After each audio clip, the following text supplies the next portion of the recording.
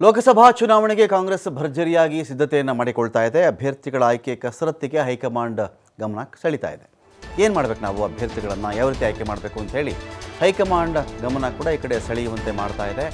ಜನವರಿ 10ನೇ ತಾರೀಕಿನಂದು ಮಹತ್ವದ ಸಭೆಯನ್ನು ಕೆಪಿಸಿಸಿ ಅಧ್ಯಕ್ಷ ಡಿ ಕೆ ಶಿವಕುಮಾರ್ ಕರೆದಿದ್ದಾರೆ. 10ನೇ ತಾರೀಕು ಜನವರಿ ಸಭೆ ಇರುತ್ತೆ.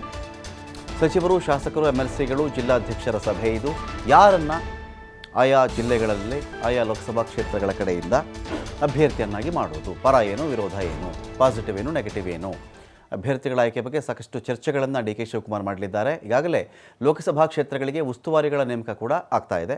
ಸ್ಥಳೀಯರ ಅಭಿಪ್ರಾಯ ಪಡೆದುಕೊಂಡು ಆಕಾಂಕ್ಷಿಗಳ ಪಟ್ಟಿಯನ್ನು ಸಚಿವರು ಕೊಟ್ಟಿದ್ದಾರೆ. ಅದೇ ಪಟ್ಟಿ ಮುಂದಿಟ್ಟುಕೊಂಡು ಚರ್ಚೆ ಮಾಡಲಿದ್ದಾರೆ ಡಿ ಕೆ ಶಿವಕುಮಾರ್ ಅವರು. ಕ್ಷೇತ್ರವಾರು ಇಬ್ಬರು ಆಕಾಂಕ್ಷಿಗಳ ಪಟ್ಟಿ ಫೈನಲ್ ಮಾಡಲಿದ್ದಾರೆ ಹಿರಿಯರು. ಆ ಪಟ್ಟಿಯನ್ನು ಹೈಕಮಾಂಡ್ಗೆ ರವಾನಿಸಲಿದ್ದಾರೆ ರಾಜ್ಯ ನಾಯಕರು. ಸ್ಕ್ರೀನಿಂಗ್ ಕಮಿಟಿ ಸಭೆಯಲ್ಲಿ ಮತ್ತೊಮ್ಮೆ ಚರ್ಚೆ ಮಾಡಿ ಅಭ್ಯರ್ಥಿಗಳನ್ನು ಅಂತಿಮಗೊಳಿಸಲಾಗುತ್ತೆ. ಡೀಟೇಲ್ಸ್ಗಳಿಗೆ ಇದೀಗ ಶಿವಕುಮಾರ್ ಚೌಹಳ್ಳಿ ಇದೆ. ಶಿವಕುಮಾರ್ ಚೌಹಳ್ಳಿ, ಅಭ್ಯರ್ಥಿಗಳ ಆಯ್ಕೆ ಕಸರತ್ತು ಹೇಗಾಗ್ತಾ ಇದೆ ಕಾಂಗ್ರೆಸ್ನಲ್ಲಿ ಲೋಕಸಭಾ ಚುನಾವಣೆಗೆ ಅಂತ? ರಮಕಾಂತ್, ಜನವರಿ 10ರಂದು ಡಿ ಕೆ ಶಿವಕುಮಾರ್ ಅವರು ಸಭೆಯನ್ನ ಕರೆದಿದ್ದಾರೆ. ವೇಣುಗೋಪಾಲ್ ಅವರು ಕೂಡ ಈ ಸಭೆಯಲ್ಲಿ ಭಾಗಿಯಾಗ್ತಾ ಇದ್ದಾರೆ. ಸುರ್ಜೇವಾಲಾ ಕೂಡ ಭಾಗಿಯಾಗ್ತಾ ಇದ್ದಾರೆ. ಮುಖ್ಯಮಂತ್ರಿಗಳ ನೇತೃತ್ವದಲ್ಲಿ ನಡೆಯುವಂತಹ ಸಭೆಯಲ್ಲಿ ಪ್ರಮುಖವಾಗಿ ಪಕ್ಷ ಸಂಘಟನೆ ಮತ್ತೆ ಅಭ್ಯರ್ಥಿಗಳ ಆಯ್ಕೆ ವಿಚಾರವಾಗಿ ಸಮಗ್ರವಾಗಿ ಚರ್ಚೆಯಾಗತ್ತೆ.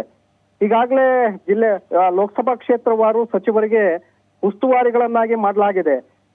ಕೊಟ್ಟಿರುವಂತಹ ಜವಾಬ್ದಾರಿಯನ್ನ ಅಂದ್ರೆ ಸಚಿವರು ಸ್ಥಳೀಯ ಮಟ್ಟದಲ್ಲಿ ಕಾರ್ಯಕರ್ತರು, ಮುಖಂಡರ ಅಭಿಪ್ರಾಯಗಳನ್ನ ಸಂಗ್ರಹ ಮಾಡಿ ಈಗಾಗಲೇ ಪಕ್ಷ ಸಂಘಟನೆಗೆ ಯಾವ ರೀತಿಯಾಗಿ ನಾವು ಮುಂದಾಗಬೇಕು ಮತ್ತೆ ನಮ್ಮ ಕ್ಷೇತ್ರಗಳಲ್ಲಿ ನಮ್ಮ ಅಭ್ಯರ್ಥಿಯನ್ನ ಯಾವ ರೀತಿಯಾಗಿ ಗೆಲ್ಲಿಸ್ಕೊಂಡು ಬರಬೇಕು ಅನ್ನುವಂಥ ನಿಟ್ಟಿನಲ್ಲಿ ಈಗಾಗಲೇ ಕಾರ್ಯತಂತ್ರಗಳನ್ನು ಕೂಡ ರೂಪಿಸ್ತಾ ಇದ್ದಾರೆ.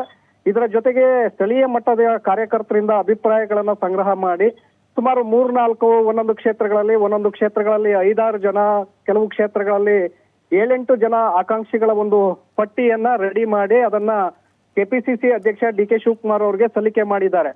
ಈ ಒಂದು ಪಟ್ಟಿಯನ್ನ 10ರಂದು ನಡೆಯುವಂತ ಸಭೆಯಲ್ಲಿ ಮುಂದಿಟ್ಕೊಂಡು ಅದರಲ್ಲಿ ಇಬ್ಬರು ಆಕಾಂಕ್ಷಿಗಳ ಒಂದು ಹೆಸರನ್ನ ಫೈನಲ್ ಮಾಡುವಂತ ಒಂದು ಸಾಧ್ಯತೆಗಳಿದೆ.